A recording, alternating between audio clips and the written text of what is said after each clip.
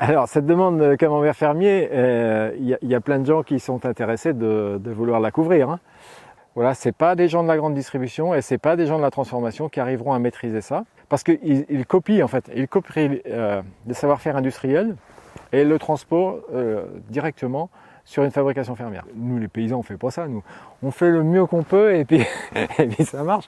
On fait pas une étude de marché pour dire on va faire comme ça. Non. Moi ici, je fais tous les camemberts que je peux, mais c'est dans une logique qualitative sans faille qui part de la production de l'herbe jusqu'à la fabrication des fromages. Et je ne vais pas essayer de faire 10 camemberts de plus par jour si la ferme ne peut pas le supporter. Donc l'étude de marché, j'en ai rien à faire. Donc il y a une vraie demande. Est-ce qu'elle est potentiellement encore plus grande que ça? Moi je crois oui. Mais si nous ne la pratiquons pas, par contre, elle peut disparaître. Donc on est tenu de le faire sur nos valeurs et de le faire bien. Ce qu'on se rend compte, c'est qu'il faut réapprendre aux gens les vrais goûts, les vraies valeurs des produits. Le camembert pasteurisé, c'est 70% des consommateurs qui en mangent. Je ne peux pas leur reprocher ça. C'est qu'aujourd'hui, on doit leur réapprendre ce qu'est un vrai camembert, tout simplement. On est quand même une poignée de fous à faire un vrai produit, à avoir été au-delà du cahier des charges de l'AOP, d'être en phase complètement avec notre territoire, nos idées, de le faire naturel et de réapprendre ce que c'est. Si il y a du monde qui arrive et si tout le monde comprend cette démarche, que ce soit le consommateur, le restaurateur, le crémier, le grossiste, que tout le monde aura ça, en même temps on pourra dire oui, il faut venir avec nous dans l'aventure. Plus on est de fous, plus on rit. Qui l'ait cru?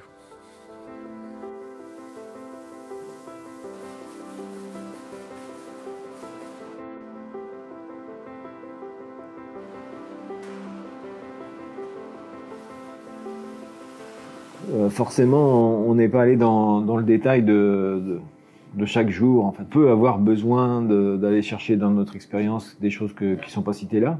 Moi, si j'avais su tout ça avant de démarrer, on aurait gagné beaucoup de temps. J'ai donné à chaque fois que j'ai pu ces conseils, notamment d'efficacité du lait, par rapport aux 15 mois qu'on a vécu en jetant 10% des fromages juste pour une faute d'ingrédients, en fait. C'est terrible. Aujourd'hui, pour démarrer une production en camembert fermier, c'est plus facile que au moment où on a commencé nous. Parce qu'à ce moment-là, il y avait encore les quotas. Par rapport à ça, aujourd'hui, un producteur fermier produit ce qu'il a envie de produire. Et puis, je pense qu'en camembert fermier, aujourd'hui, il y a un peu d'expérience. On est 6 ou 7 à produire. Alors, en appellation d'origine, plus aujourd'hui peut-être autant qui sont pas en appellation d'origine parce qu'ils sont pas dans l'aire de production ou parce qu'il y a une variante sur leurs conditions de production. Donc finalement, il y a plus d'expérience qu'il y en avait. C'est une démarche cérébrale, c'est une démarche de paysan, mais aujourd'hui c'est quand même plus facile qu'avant. Voilà.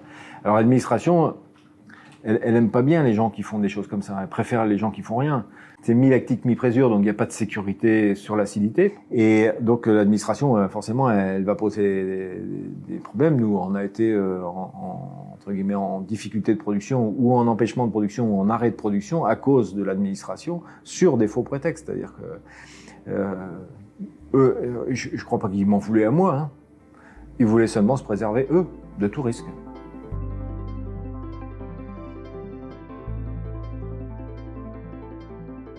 Donc en fait, ce qui compte, ouais, c'est c'est d'être extrêmement professionnel. Et à chaque fois qu'on peut faire des économies d'échelle, c'est important.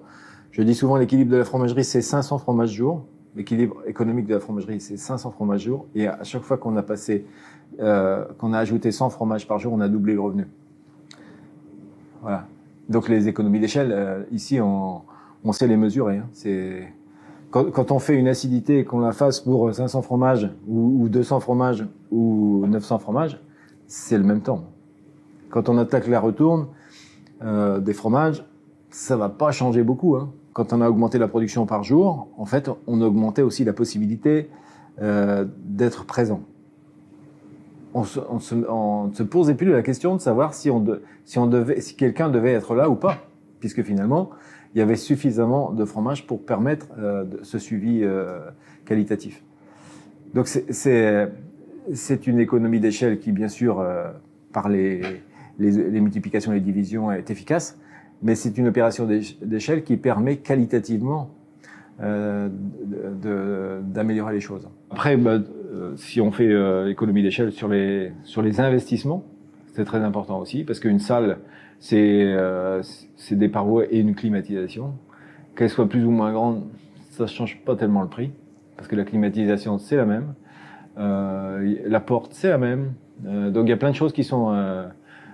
toutes les canalisations d'eau, d'égouts, c'est les mêmes. Donc il y a le prix au mètre carré, c'est un peu anecdotique. On a besoin de tous ces équipements, donc quelle que soit la taille des salles.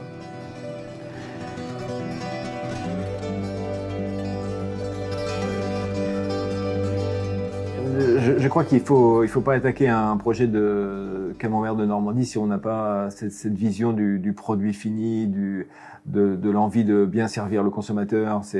Mais voilà, si on l'a, on va avoir une fierté du travail que je n'aurais jamais imaginé avant. C'est-à-dire que bien sûr, je suis rentré dans la filière camembert de Normandie autour de l'écriture du cahier des charges, de la présence de la vache normande, le pâturage, tout ça. Et en fait, j'ai mis le doigt d'un processus dans un engrenage sans fin où aujourd'hui oui, j'ai trouvé de la fierté, d'être au service du consommateur et d'essayer de faire le mieux possible tous les jours. C'est très simple, mais c'est nourrissant en fait, cette fierté de vouloir bien faire, ce qui était impensable quand j'étais simple producteur de lait, où je ne savais pas où allait mon lait, où voilà, on était producteur de minerais. Alors déjà à la base, moi je ne suis pas fromagère. Ma formation c'est une formation, je viens de la restauration et du commerce. Donc, je suis arrivée un petit peu par hasard ici et vraiment je suis tombée en extase sur cette fabrication-là. Ce qui me plaît c'est que chaque jour c'est une nouvelle cuvée. Chaque jour on travaille différemment. C'est à nous de nous adapter au fromage et pas l'inverse. De travailler un produit le plus pur possible, sans ajout, sans artifice, enfin le plus simple possible. Et c'est gratifiant. C'est-à-dire que tous les jours on peut fabriquer un produit et ne rien ajouter.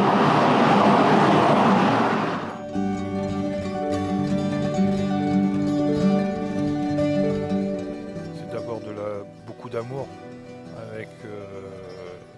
avec son produit, avec ses animaux.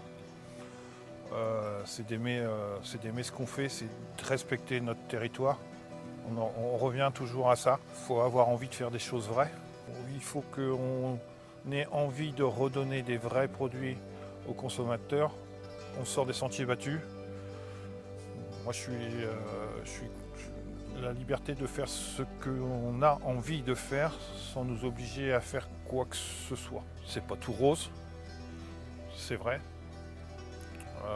Parce que dès lors qu'on ne fait pas comme tout le monde, on ne regarde pas de la même façon. Mais au moins on n'a rien à se reprocher.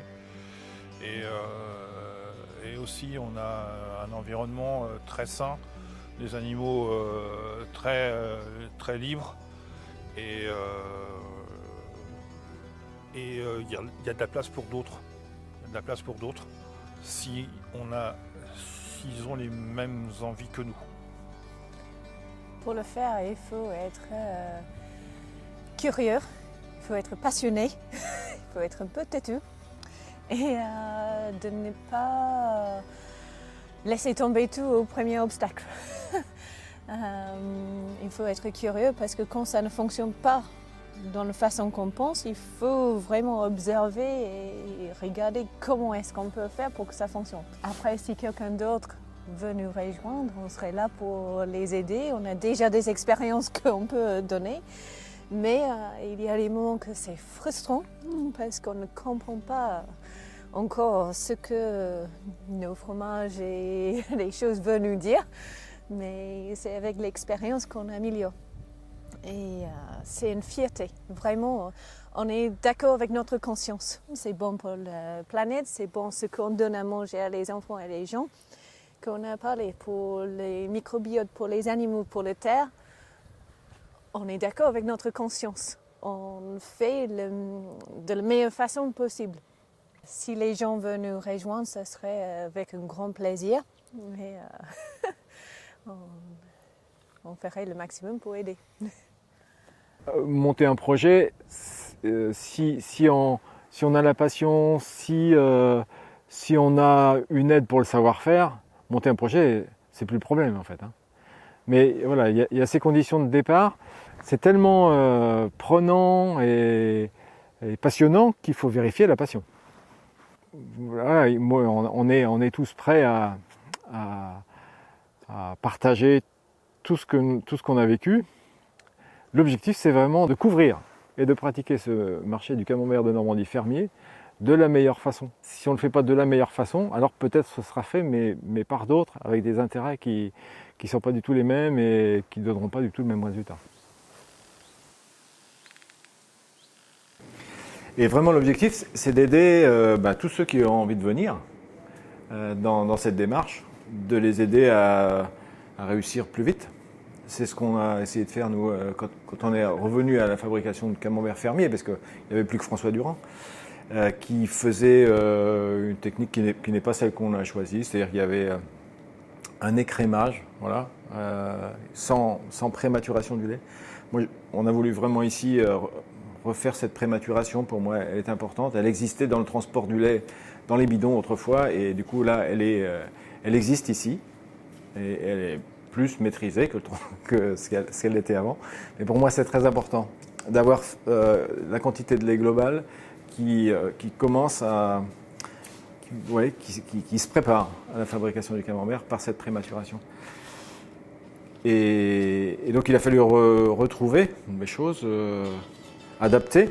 Par exemple, la phase de crémage, bien sûr, on aurait pu le faire à la pelle, mais c'était très fastidieux. On a trouvé une solution qui respecte tout à fait le crémage, vous avez vu, hein. C'est d'une simplicité, c'est enfantin et c'est extrêmement rapide. Et je crois que c'est proche de ce qui existait avant. Et l'objectif, c'est d'avoir une technique qui soit transposable, adaptable aussi, parce qu'on va pas, enfin, je veux dire, on n'a pas la science infuse, et je pense qu'elle peut être simplifiée, peut-être améliorée par d'autres, mais c'est une bonne base, quoi. Ça permet de gagner du temps et de réussir plus vite. Eh bien, écoutez, je suis super contente de vous avoir présenté mon travail, dont je suis fière en fait, fière de travailler dans une production fermière où on respecte le produit.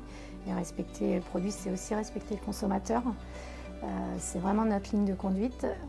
C'est gratifiant de fabriquer ce produit sans ajout, vraiment en étant le plus naturel possible. Moi, je vous invite à nous rejoindre dans ce métier parce que c'est vraiment un métier très passionnant. Le fait de travailler avec du vivant, c'est différent tous les jours et j'adore.